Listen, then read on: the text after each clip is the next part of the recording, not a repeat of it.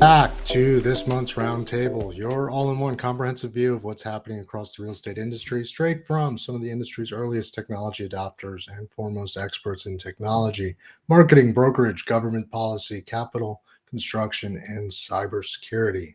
As always, this is a three-part show: introductions and what's new for each roundtable host in their business sector, followed by a sector focus where we unpack the biggest news and the biggest shifts happening affecting your business. And lastly, a bit of advice from each sector expert. What is it? What can you do? How do you take what we've discussed and improve your business over the next 30 days? I'm Andreas, Senie, founder of CRECollaborative, brokerage owner, commercial director here at KW, as well as a technology growth strategist. Joining me this month, none other than Saul Klein, Realtor Emeritus, data advocate, Futurist, all things original internet and listings, and then some. Saul, always nice to see you, my friend. Great to be here. I'm super excited for this month. A lot going on. And joining us from a mobile location that's undisclosed, Rebecca Carlson, founder, CEO, Carlson Integrated, past president of Nightcar and brokerage owner, as well as none other than Rebecca. Nice to see you. Great to see you. As well as Anna Maria Kowalik, Director of Business Development, Inland Green Capital, all things green and CPACE. Thank you. Dan Wagner, our all things government relations, also SVP Government Relations, Inland Real Estate Group of Companies. And last, Love you, man. Last but certainly not least, Professor Darren Hayes, CEO, Code Detectives, professor at Pace University, and one of the top 10 cyber forensic specialists nationwide. Oh my God, I could talk to each of you for hours about all the different things happening, at least from my side. And I'm better. I can talk, which is the most important fact compared to last month. So, Saul, would you kick us off? What is going on your neck of the woods? And we'll run from there.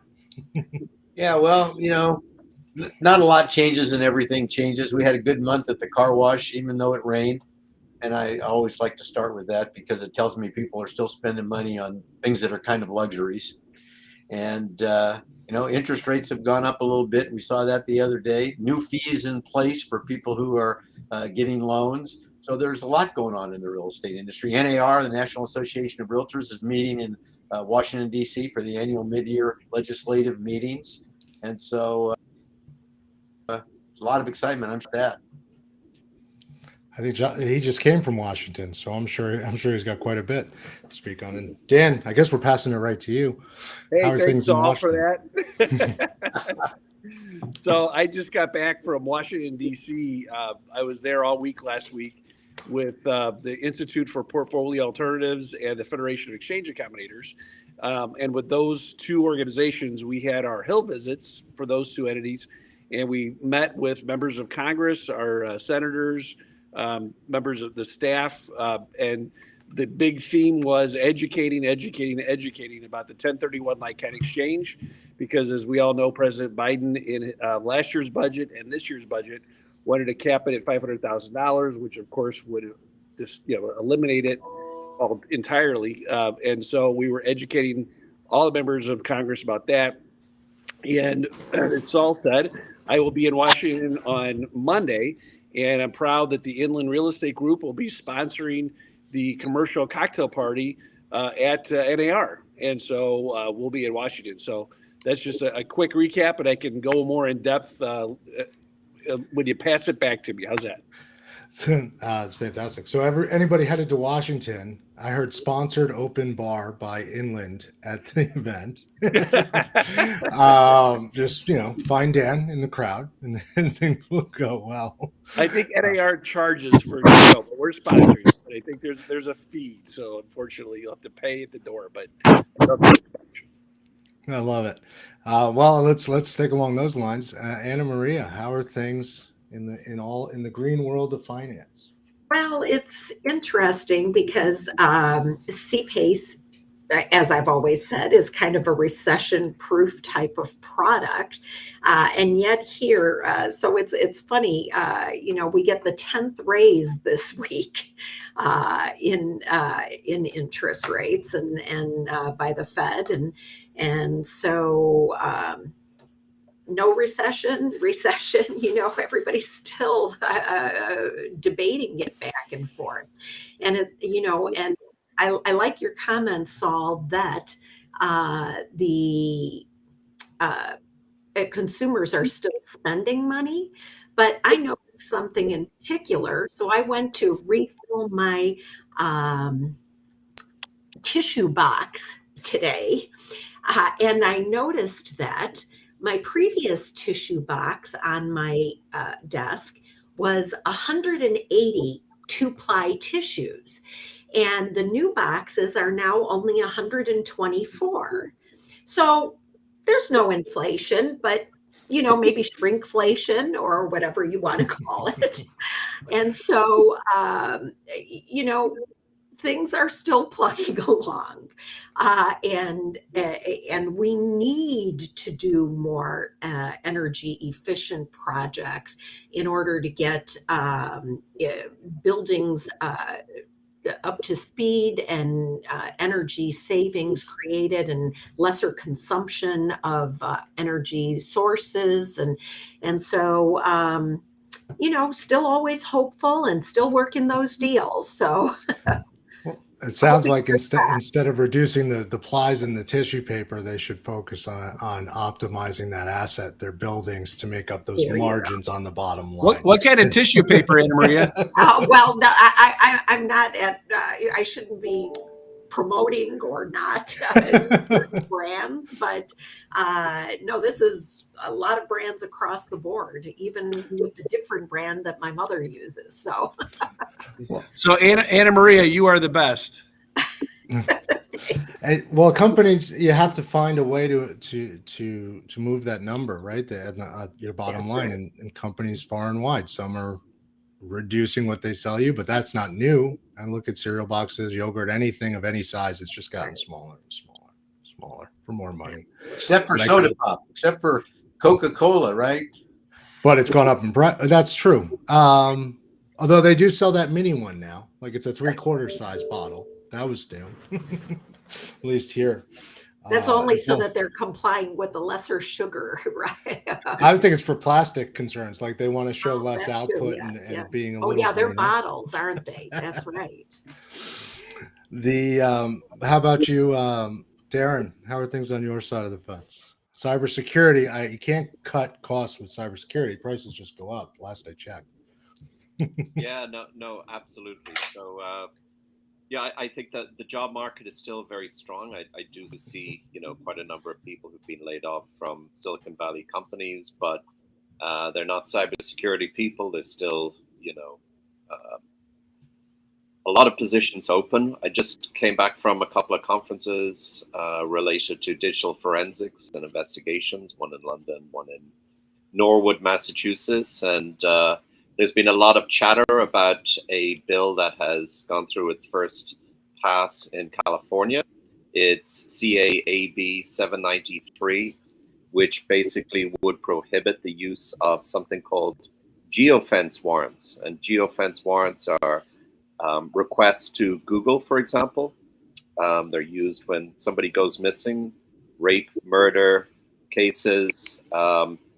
And so they're really, really important for law enforcement to use these types of mechanisms to find people. And so it's been supported, this bill, by the Electronic Frontier Foundation and some others. And I think a lot of people don't realize how critical these geofence requests are with finding missing persons or finding murderers. And so it's caused a lot of consternation across the board, and people are very concerned about this new bill that's being proposed in California. Darren, do people like it or not like it? It's a problem because it's viewed as protecting people's privacy, but it doesn't stop Google collecting your location information continually or other companies. It's really targeted at law enforcement, and so it's seen as counter surveillance. But if you find a body in the woods and you need to find out who's been near that body at a particular time of day, you're not going to have access to that information from Google if this bill ultimately passes. So it's very much a concern, and many are kind of wondering. It doesn't prohibit companies from collecting information about you. It just prohibits law enforcement from accessing that information when a crime is being committed. Wonder what the agenda is there. It's one of these bills that's seeing it's similar, I think, to San Francisco, which introduced the banning of facial recognition. But I think a lot of people haven't looked at the number of people who have been caught, murderers, people robbing people, and it's the same situation as this. We've had countless people who were countless murder investigations solved, countless people being found who were abducted. Really, really important that people know about this, because people don't realize the importance of these geofence warrant requests. Would it be synonymous, or would it be like saying you can't use DNA to track somebody for a crime kind of thing? Yeah. The reason that it's been a little bit controversial is that you are basically sent a list of people who are in a particular area at a particular time. And so people think that this is overbroad, because there's people who are not real suspects, who are getting caught up with this. But the fact of the matter is that ultimately it's only one person that's going to be investigated. So that's where the concern is, but it really shouldn't be a concern. I've wrote a few things on this, and I mean, geofencing, if you're in a 2016 or newer car, right, the car's got telematics, it knows where you are, it's going somewhere to tell them. And then for stopping crime, or at least solving crime, if you have an Apple Watch, I think most of us have smartwatches on here. To your point, Darren, if you're in an area where a crime is committed, it's not just that you're in the area, but it's the fact that your Apple Watch also noticed that your heart rate was elevated, and that maybe you were running from that area. And then you get in your car and you drive off quickly, and they put all of that together. So you're saying, even though Google's going to keep that information so they can sell me new tires, because I've now peeled off the rubber to get away from the crime, they're not going to share it with the government, is the goal. Yeah, that's the concern. In Illinois, we have the ACLU has a bill to try to stop license plate readers for the police for the same issue. They think that it's just it's Big Brother and it's interfering too much. But the license plate readers are how they're able to catch the bad guys, and so that's the deal. It's a new world. Well, regulation's catching up to technology, and whether or not it's the right regulation is a different question for a group of politicians. I'm not going to jump down that rabbit hole. It's too far and wide. But speaking of geofencing, targeting, and understanding people, marketing, Becca, I mean, what's going on in your neck of the woods? Are you being tracked? Are you near a crime in the car there?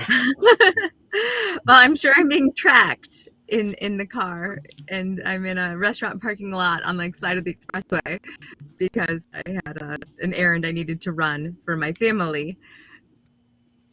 Things are very busy in marketing, and we're seeing, I think, similar to every industry, right? Technology and regulation, and it all intersects and where it all catches up. So certainly, I know a couple months ago we were talking about ChatGPT. That continues to be a important kind of moving target, AI and content and intellectual property and copyright. These all intersect, and those are big issues in marketing right now. AI. Of course, somebody brought up AI. Sorry. AI. Well, I never, and there's a lot of smart people here in a lot of sectors.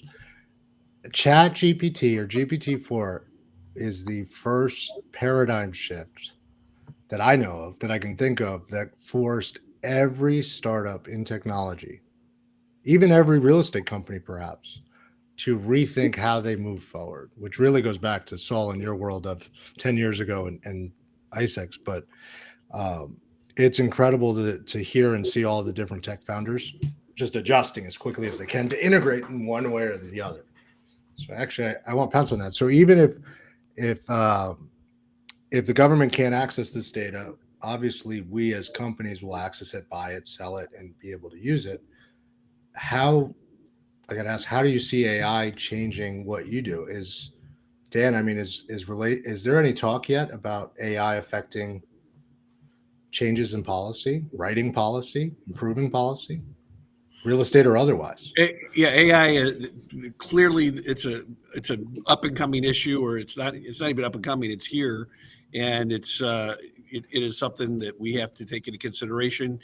And it's really over my skis to really comment on it. I wouldn't be able to highlight it, what I know or what I don't. I know I don't know. So I will put a pause on that. Let me do some research for the next time I'm on, because I know there's stuff going on, but I'm dealing with these other issues of just block and tackling what I'm doing right now. But With yes, the 1031, and so it's still business as usual, at least on Capitol Hill, which is a good thing, because everywhere else I look, it is not business as usual. And it's on Capitol Hill. There's lots of hearings on AI, and it's a big deal. So stay tuned for. I'm just at this moment, I cannot highlight what it is. Wasn't there something that's interesting to see that politicians who don't know very much about the technology talking about the technology and talking about regulating it when they don't have a clue what it is? I like ChatGPT. I use it now. I don't go to Google first. I go to ChatGPT. I use it as a search engine, and it helps me get started. And it's just really a great search tool, right? Has it hallucinated on you yet? It does sometimes, but that's okay. Well, and for those that don't know, I mean, it will. Well, Darren, why does AI hallucinate, or why? You're probably the best guy to ask here on this side. I mean, what's going on? I tried Bing's, Saul. I had Bing open for a whole day, and I tried to work my flow, like things I would look for or think of or need an answer to. And for me, just to jump in there, as long as I fed it all the information up front and asked it to say it better than I would, then it was great. As long as you know what to ask, right? Yeah. Then you get a better response. I think that's one of the keys in using it.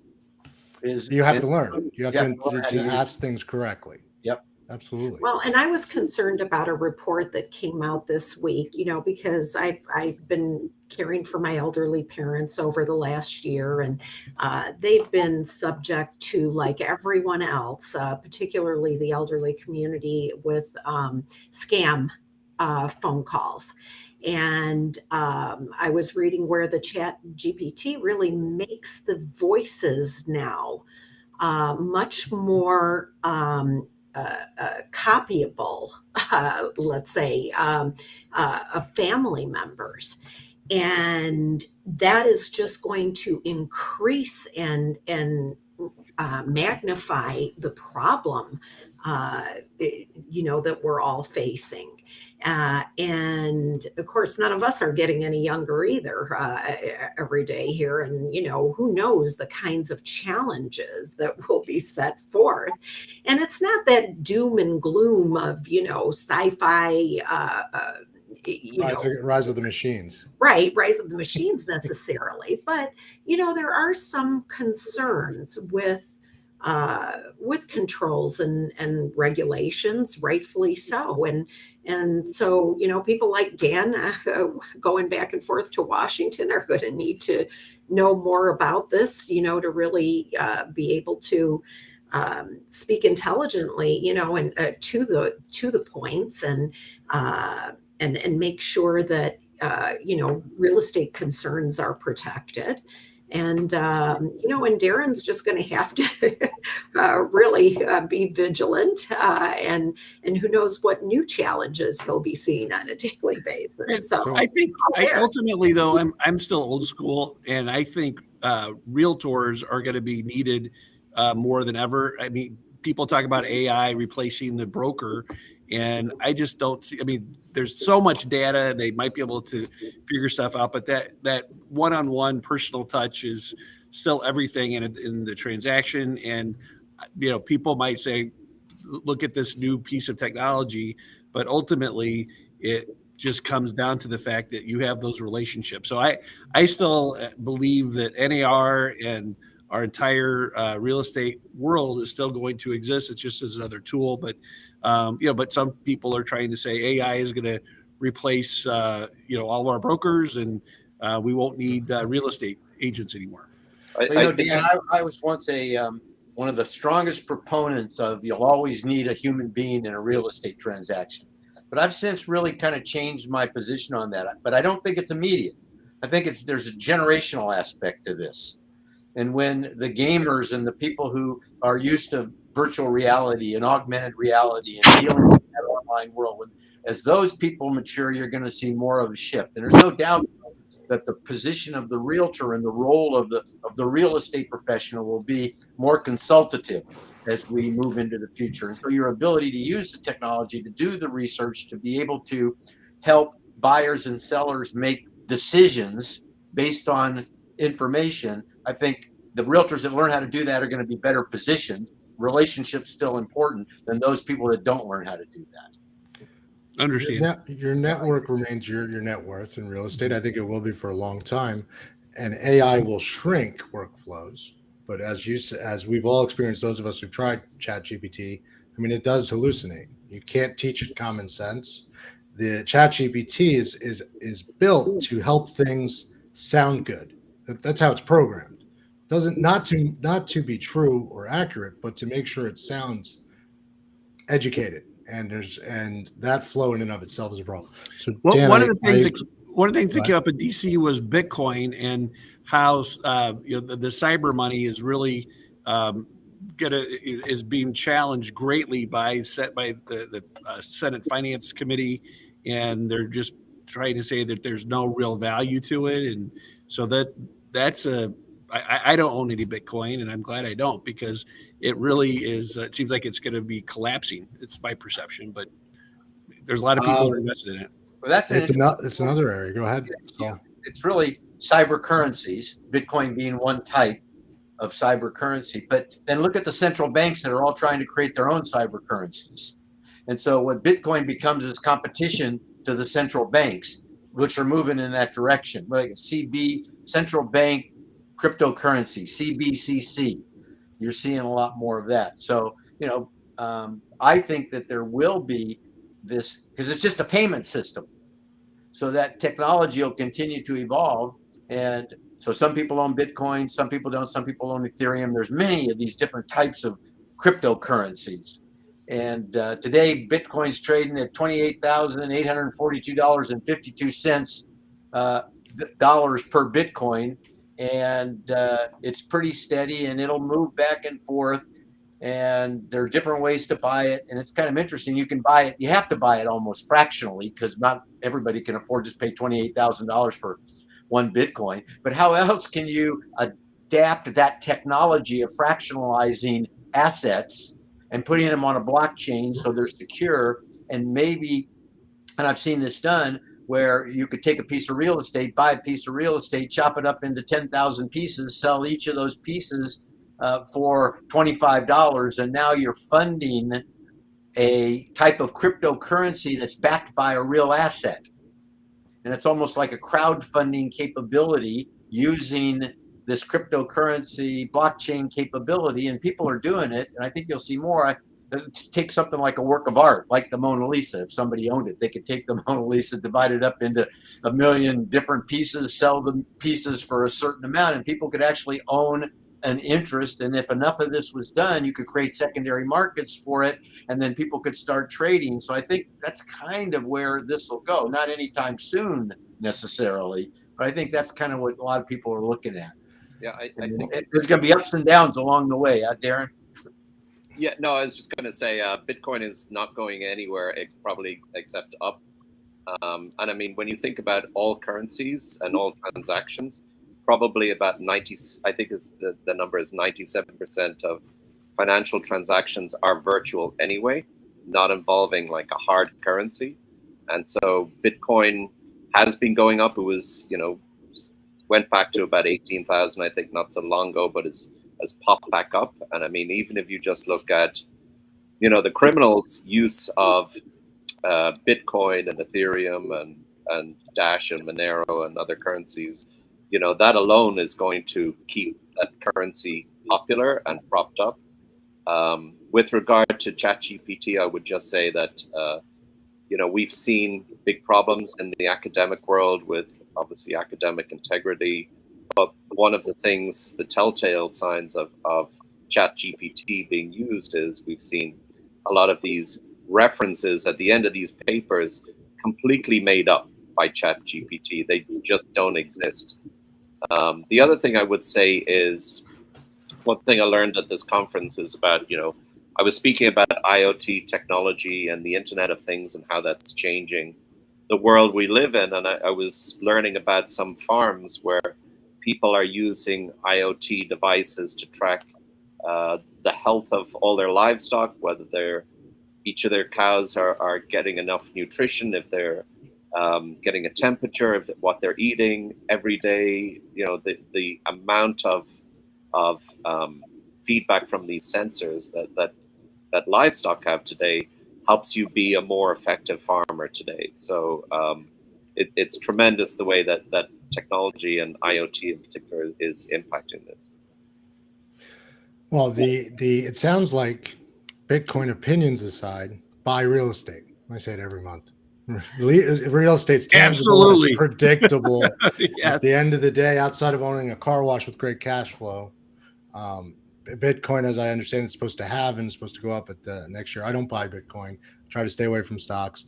But Saul, when you talk about fractional ownership interests and how do you get into real estate, or how could someone get into real estate that couldn't otherwise afford to get these blue chip assets? I mean, that's the original DST product. That's a TIC. That's a partnership. That's a syndication. If they can do it through Bitcoin or whatever cyber currency, that's very exciting. And that we've seen that with a bunch of proliferation of different apps where you can buy an ownership stake in loans in different areas. And some of those have cratered recently, without naming names. So, yes. If you can take hard assets or assets and you can document the ownership in a way that can't be hacked. We can't say can't be hacked with Darren on the call, because he'll say anything can be hacked. But yeah, some people can steal your $20 bills out of your wallet too, right? But so if you can a real property, break it up and document it, we're going to get into the whole area of title insurance and why don't you use Blocker for that, right? I saw one the other day where not only can you take a house as a simple example, break it up into 10,000 pieces, sell them off one at a time, but residential property is a very specific type of rental. What about something that a piece of real estate that can produce a greater return, like an interest in a hotel? Well, you can do the same thing. And I saw this the other day where someone was taking a hotel asset and fractionalizing it. And you're right, Andreas, it really is something we've done for years, and that's group investing, I always called it. Group investing. It's just a different way to document the group investing, right? And that's generational. It's the next generation's group investing, maybe. Yeah. And they might be, and the support team that helps educate Saul, them there's might value be, there, and that makes sense. There's value there, but what the members, the staff members in the Senate that I was talking to, if there's just Bitcoin or whatever cyber money it is, if it has no value, it just except somebody says I have $28,000 and this is one. That's just what somebody just claims it is. There's really nothing underlying it, and that's the problem. And so I really think that you're going to see some major regulation from the people I talk to on both sides of the aisle. I think some stuff's going to be coming down. So that's my 2 cents. It's interesting because, again, you got people trying to make rules on things that they don't understand. Yeah. Right. And so the value of any money or any currency is there just because somebody will accept it as payment. If somebody will accept something as payment, we accept Federal Reserve notes. They're not worth anything. I mean, they're backed by the full faith and credit of the United States government, right? And so we take them in exchange for our labor and for our products and services. Why do we do it? Because we trust that other people will take it when we want to spend it. And so if you've got people that believe that other people will take whatever the currency is, then you've got something that is a medium of exchange. Right. Right. And that's what they're kind of looking at. How do you exchange, and is there a future way to do it? And Bitcoin's got its own, all these different, it's amazing how many there are. Right? It is. Fair market value, right? So an informed buyer, what an informed buyer is willing to pay and what an informed seller is willing to sell for, regardless of what it is or when it is. Can they buy solar panels, Anna Maria? What, with Bitcoin or with cryptocurrencies? I don't know. I'm not the one purchasing them, and vendors are still having somewhat of a time in getting those. In fact, we don't have our usual buddy here tonight talking about contractor side of things, but the fact is that there is still some supply and demand issue with some of the renewables, and and there are more and more companies. So I'm reading every day that there's another manufacturing facility being built, to manufacture panels or to work on energy or battery storage, and so we'll see how things play out. And again, by the next generation, like Saul said, it's just all going to come together. It's a time-consuming process. Wasn't there some controversy around the panels made in China versus the panels made here, and where can you buy them or can you not buy them? I saw something recently on that. Yeah. That's part of the whole thing. And then do they have the component? So it's not so much even the panels themselves, because those can be created here, but it's some of the other, components with the precious metals that, hold up the process. So, so it's an ongoing battle to try to, it's 6 of one and half dozen of another, all the various problems and situations that can occur, because, nothing's 100% certain anymore. Sounds like you got to keep the people involved to manage all of these. Yes, you do. AI just won't do it. For the time being. I will give a slight plug here, because we talked about it on the show over a year ago, and you brought up supply chain shortages. Mm-hmm. Materials Exchange is a platform, a marketplace for lumber, for larger contractors to actually get truckloads of lumber if they can't get it from their local mills. Becca, actually, speaking of network is net worth, Becca ran into them at an event. They got introduced to me, and here they are being promoted on the show. Let's count the years till AI can do that. What just happened. That all being said, there it is, a technology that's rising up to service the industry, providing that shortage, that shortfall. As far as solar panels, that's your world entirely. I can't speak there. But Darren, on the tech side, solar panels, fake panels, I remember that was a big concern. Fake chips. Let me ask. I did want to ask: are we out of the woods in that area? Is that something you can speak on? Fake chips coming through. Yeah, I haven't actually read much about that. But in terms of just going back to the AI piece, I think there's one tool out there. All you need is 8 seconds of somebody's voice, and you can have them say anything that you want. And I think I may have mentioned this before about the finance executive.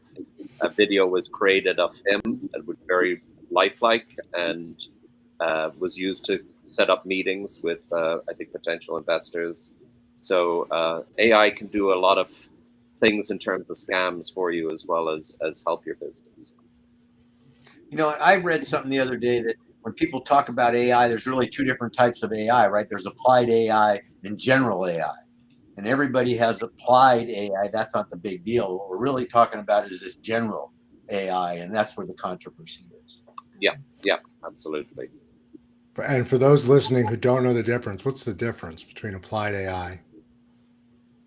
Well, the applied AI really, is a specific need and a specific built solution. for purpose, as Yeah, opposed built to for general purpose. language models where people are just throwing stuff at it. Or As opposed to the human brain, right? And being able to reason and intuit things, and well, that sort of thing. being able to reason. We don't have AI that can reason. There is no common sense AI yet. Yeah, and that's what people are worried about, right? They're worried about this general AI, which is more like the human side of things as opposed to something built for a purpose, right? Something very specific. Yeah, I was wondering if I could ask Becca, jump into a different thing. The interest rates going up recently. What's happening with your deals? It's actually was interesting. I had breakfast with an investor this morning who's closing on a property and will sell another one this year. As long as you have dry powder and or can pay cash, you can still transact kind of as business as normal, which is crazy to say because I know the lending environment is really, really challenging right now. It is a hard environment for most people for transactions. And Dan, that's actually a great segue. We got carried off on AI and a big tangent here on a real estate show. Well, no. It all comes together, right? It's about making markets. It all comes together. I was just on with an investor, and we were talking about this show, and I said, "How often do you get this many sectors all at the same table talking about everything that could affect your business and does affect your business?" Because never. It's great, and a big shout out to everyone on the show for that. He loves it. He tunes in all the time. Matter of fact, he might not even be a client if it weren't for the show, but he is. Focused on medical and research labs. Well, you're an amazing host, Andre. I do my best to host, and when I can talk, it's much better. But thank you for that. I am an amazing host because I've got great guests. So speaking of real estate, I have to give a shout out to the medical and lab industries, all the health sciences, because CPACE financing is a great way for them to make energy saving improvements and even some larger fixed equipment. It is so very much so we can connect him to this conversation. So from my side of the fence, as we come into the 20 minutes to the hour, the focus on medical is medicals, research labs, medical office. I mean, those are resilient. Manufacturing, public storage. I know Inland loves public storage. I'm going to shout that out right now. Those are all areas where dry powder is being spent. To Becca's point, there are a lot of investors actively out there looking for deals. Candidly, the last 4 weeks, deal flow hasn't been the most attractive, but it's really starting to pick it up. So the valves are opening here in the Northeast, where owners, developers, people who, for a myriad of reasons, and CPACE can't save them, they now have to sell. So we're getting to a point where I think there's going to be a lot more activity. Even though as you mentioned, the lending environment is harder, at the end of the day, banks do have to lend. It's required, right? So it's just got to be quality deals to get them there. Becca, are you seeing the same asset classes in your area, or what are your investors actually investing in? So retail, office, industrial, all office? Products, kind of all. Well, yeah, although the lending environment is the most challenging thing for office, is because banks have said, oh, we won't lend on office unilaterally, which is really hard when you've got a fully occupied suburban office building, single story, really strong tenant rent roll and tenant roster, and it's still challenging to find a lender. So nationally, if there were some really great lenders that wanted to come forward and talk through how they can make lending on really solid office assets work, that would be very cool, because I've seen many calls go out, like on LinkedIn, from clients and colleagues who specialize in that specific niche. There are a few. I can give you one, and I'll chat it to you post the call. It's funny. One of the national brands that I spoke with, they don't want to get involved in affordable housing. They want nothing with senior living and housing, and that just threw me. But office, they're all about. So I will connect you post the call. I'm so skeptical of office for a number of things, right? The terms of tenancy, leases coming due, work from home. There's all kinds of things that can affect the future of office space. Utilization as opposed to actual occupancy. I mean, yes, your lease says you're there and that building's 80% occupied, but in actuality, there's only 30% of people in there. Maybe. Yeah, and then the leases won't renew because, right? I mean, and then all the business around that, right, that are supported by the fact that people are in those office buildings. So I don't think we're out of the woods on the office side yet. So it's interesting to hear that people are willing to buy them.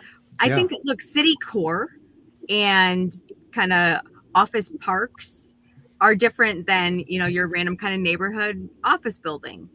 So there's adjacent types of neighborhoods, right? Neighborhood adjacent. Or adjacent, right? Yeah. So there's a little bit of a different play depending on what the deal is. But I am also seeing leases are going really well in retail. I actually, if I had my bet for the next, jewel in the crown of commercial real estate product type, it'd be retail, because it's all cyclical. It's time. It's its turn, quite frankly, and they're experiencing fantastic occupancy rates. I'm happy to hear that. Look, retail, at least here in the Northeast, peaked year-over-year retail rent increases peaked third quarter last year. Office peaked last quarter. But I think you're correct. Commercial real estate is consistent. Newer businesses are going to come into retail all the time. People want to start things and do things regardless. I'm all for mixed use at the end of the day. Let's combine the best of both. Darren, was that you? Well, yeah, I was just going to say, or there's the risk of building collapse. So I don't know whether you saw the building beside Pace University collapse, the parking lot. Your university? Yeah, so we have been able to get in for, the last nearly 4 weeks, I guess, and probably not for another couple. Is anybody hurt? Yeah, there was one person who was killed and a couple of people who were injured. But luckily, some new technology came to the rescue. They were able to send in this robotic dog that I think is built by Boston Scientific, and a drone to kind of see where the damage was and that kind of thing. But I was speaking to a colleague the day before yesterday, and her car is in there somewhere. They, probably lost her. So, yeah, who knows what's going to happen? What kind of building was it, and what created the collapse? It was a parking lot, and just the roof collapsed from above, and all these cars fell in. Wow.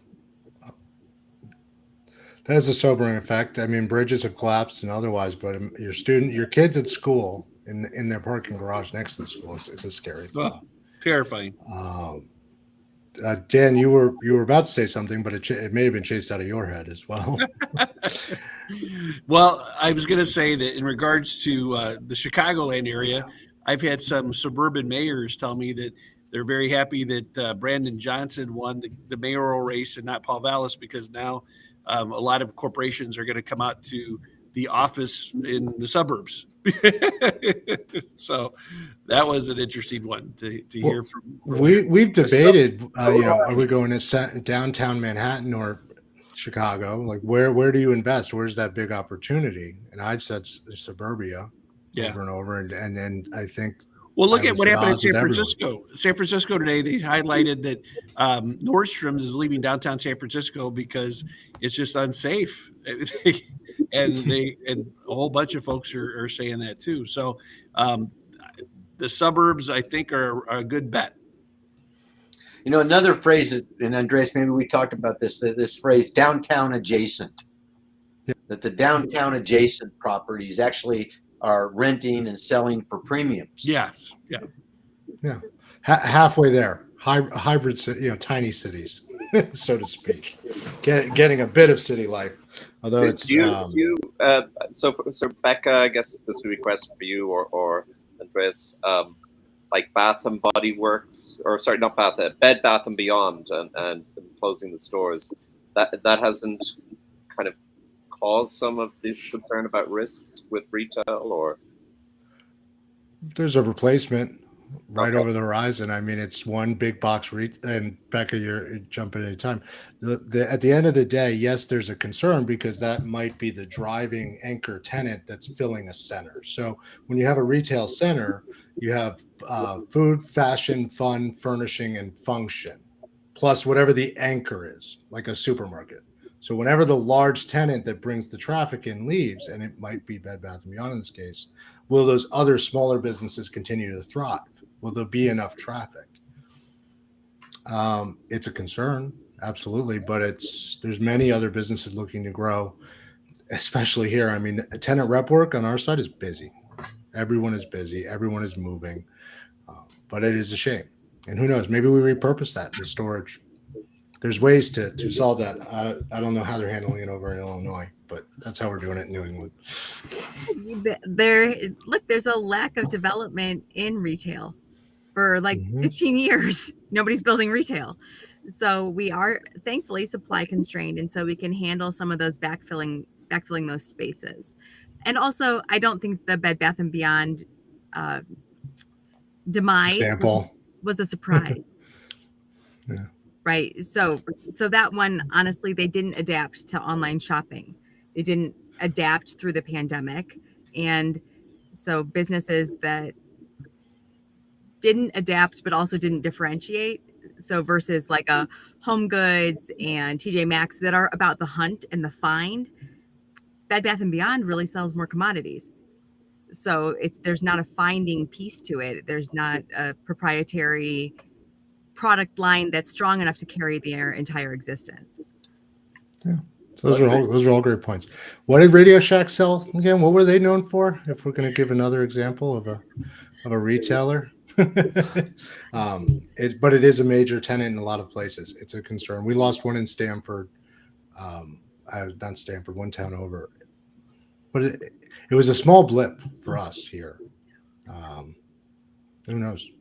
No, Andreas, we were talking about retail outside of the U.S. and that we're actually working with a company that's building a new type of platform for retailers around the world. And that's so right. Interest. Well, and there's another good point. And that entire business model is predicated on the fact that there's businesses that want to go into vacant spaces. They want to get in front of people. There's no better way to sell your product than in front of people. No offense to marketing. Got to get in front of people and sell it at the end of the day. You want to? Can we plug that one now, or can we not plug that one now? No, you can. The name of the company is Occupy, but it's brand new. It's a startup, but the concept is retail. That's all retail. Yeah. Businesses that need to open up in new markets anywhere around the world, that are not a Costco-sized brand, that need to find new locations, need to understand how to operate in a new market. Which, I went to India for 6 months. I didn't understand that. I didn't know a sand mafia was a thing. It is a thing.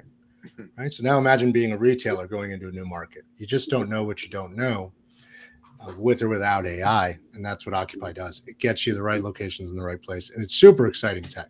So excited to see more on that in the coming days. Absolutely. Speaking of tech, Saul, what was the other big one? Places was another one. Yeah. How are they doing?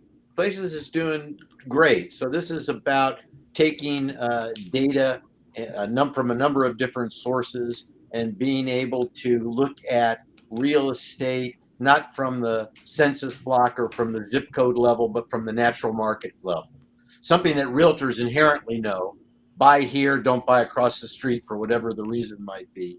But can we actually look at that? Can we actually use that data, mash it up so that we can make more informed decisions? And the people that are really interested in this are the capital markets and the secondary money market. That when they go in and buy a multi-billion-dollar portfolio of loans, where should they invest their money? In what area should they invest their money when they buy that? Or the actual creation of potentially a spot market, so you can create a futures market in real estate, which just reminded me. So there's a big potential deal closing, and we should keep our eyes open for it. And that is the ICE, the Intercontinental Exchange, projected purchase of Black Knight. Because if that happens, what I'm told, it will change the mortgage industry completely, taking thousands of dollars out of the mortgage process, and it will bleed over into the real estate space. So the FTC is trying to hold this up right now. But the company ICE, Intercontinental Exchange, that's the company that owns the New York Stock Exchange and another many other exchanges. And their whole concept is create a futures spot market, so you can create a futures market. And of course, there is no spot market in real estate unless somehow you could aggregate multiple listing service data and you could get transactional data. And so there's lots of things going on in that area. Well, there's a long way to go technology-wise, but strides are being made. Absolutely.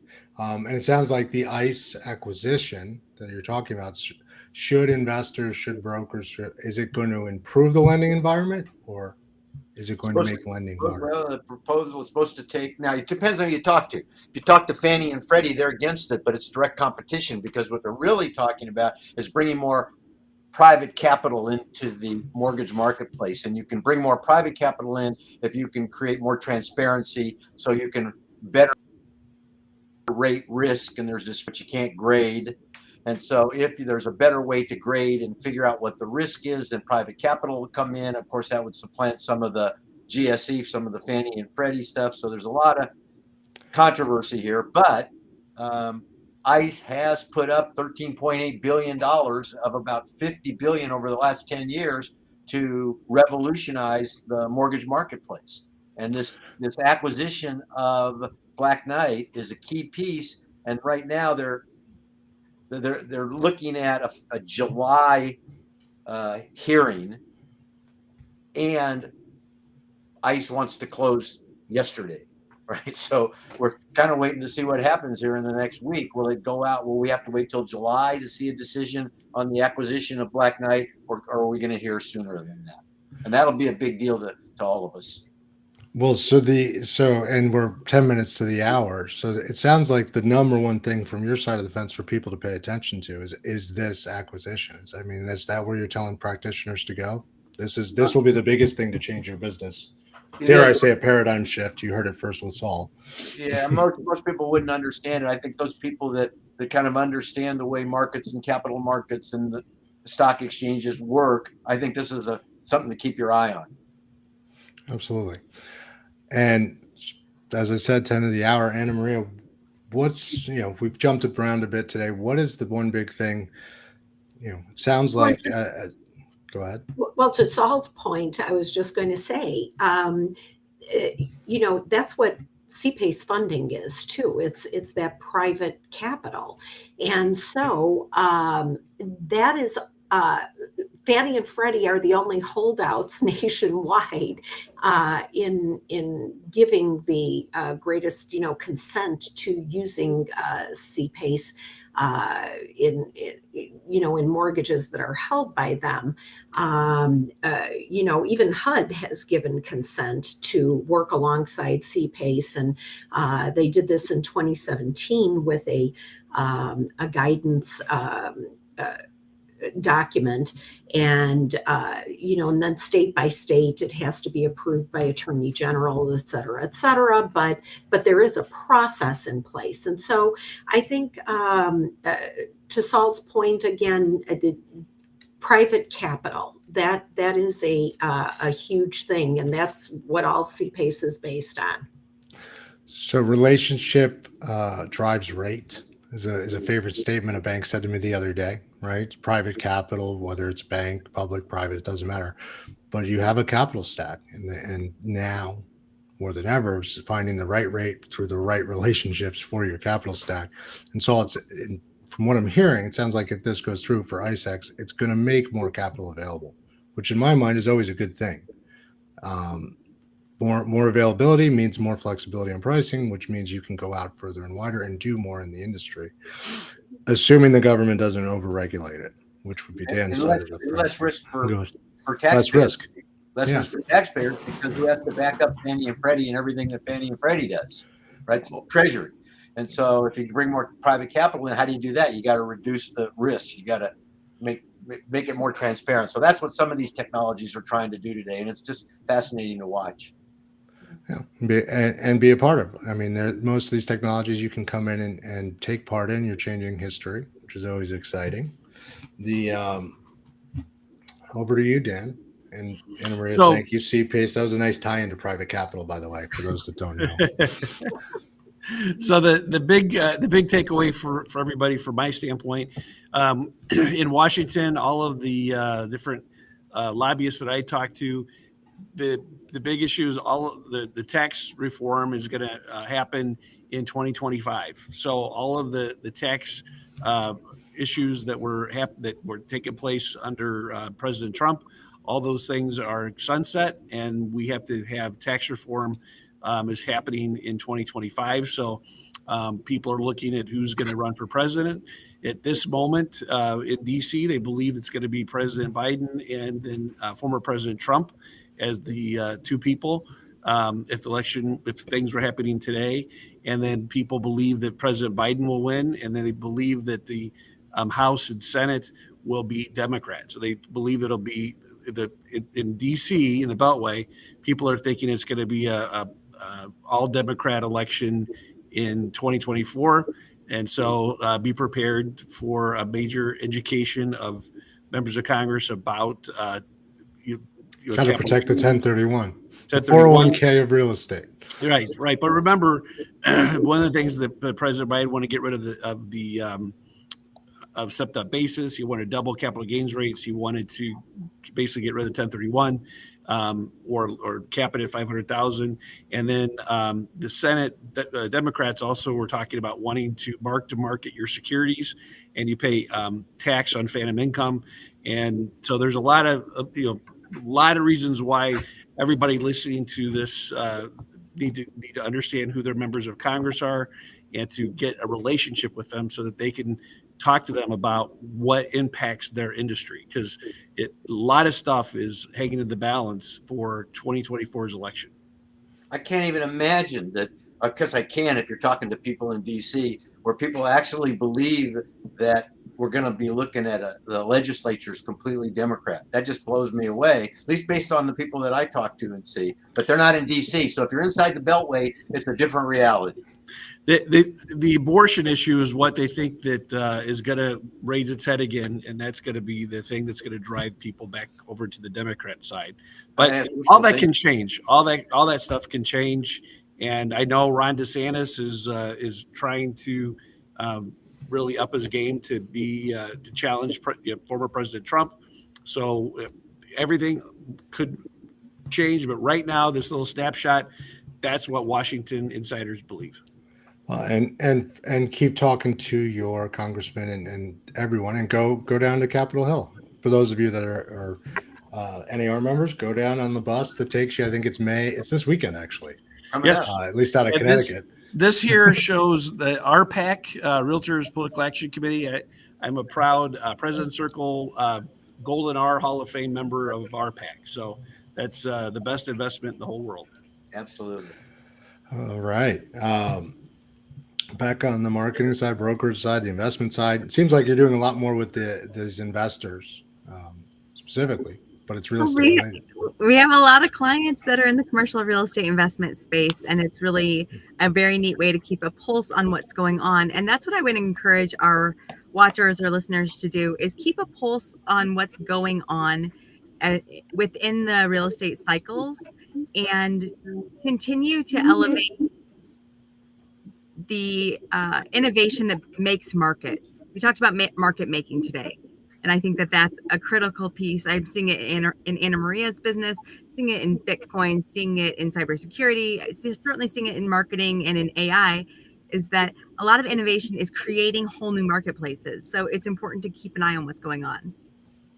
Absolutely. So, speaking of AI, cybersecurity, Darren, you know I'm headed your way.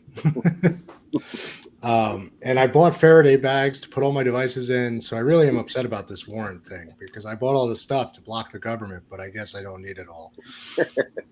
What should businesses be doing for the next 30 days, in your humble opinion? Yeah, well, I just think that continued investment in cybersecurity is important. I mean, the losses associated with ransomware attacks are just unbelievable, and can put your business out of business. Like, for example, I believe it was maybe Merck one of the big pharmaceutical companies was hit by ransomware, and a Bloomberg article showed that it cost them $1.3 billion, ultimately in loss of reputation, problems with research, interruption with distribution of medication. So the costs are immense. Companies really need to invest in technology, but most importantly, people. People are what are going to help us get through this and have better cybersecurity protocols. So, and people, not AI. We're not there Yep. yet. Got to be people. You can't replace good people in terms of having good security. The so Becca, you said market makers, and we've got policy changes and CPACE and the like. From my side of the fence, it's market by market. If you're not, just because the national headlines say we're in a free fall or don't say we're in a free fall or abortions or what have you. Yes, the national headlines are very important and macro trends are very important, but throughout Connecticut, depending on which market we're in, there are different hotspots for innovation, for investment. Companies and municipalities are already shifting gears to make them better for the next 5 years, 10 years.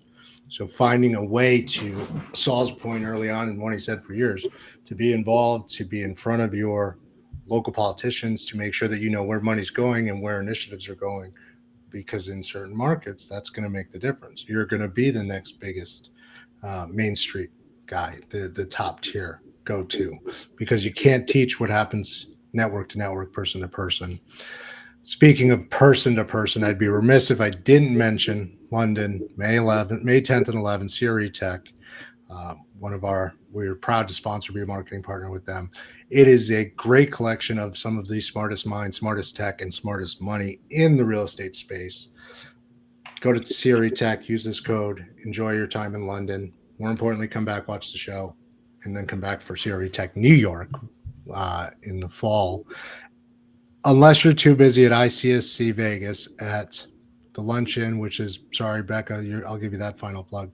What happens in ICSC Vegas outside of seeing Inland for yet another event? Who's also there?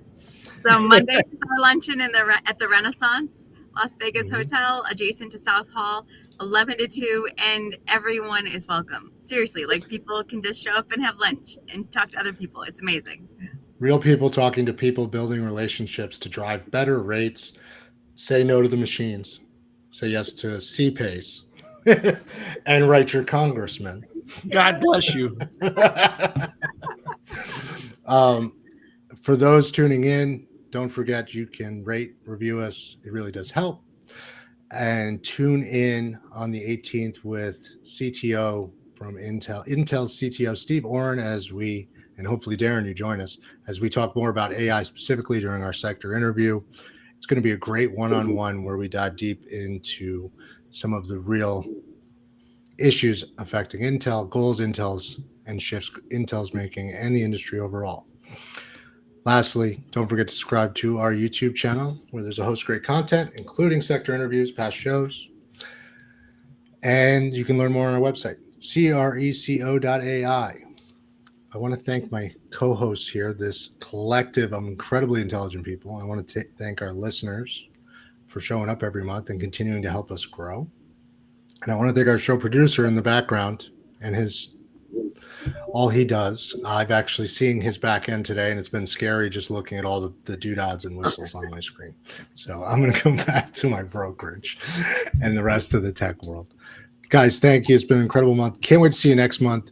I'm so sorry that Inland's Dan and Anna Maria can't make it because their company is being awarded the Lifetime Achievement Award. Here we go. Their Lifetime Achievement Award for our 4 founding fathers. Yes, absolutely. And that is huge, right? So it's you'll be missed, and then we can talk all about it once you come back the following month. Thank you, guys. Have a great month. Bye, everyone. Bye, everybody. Take care. Bye. Bye.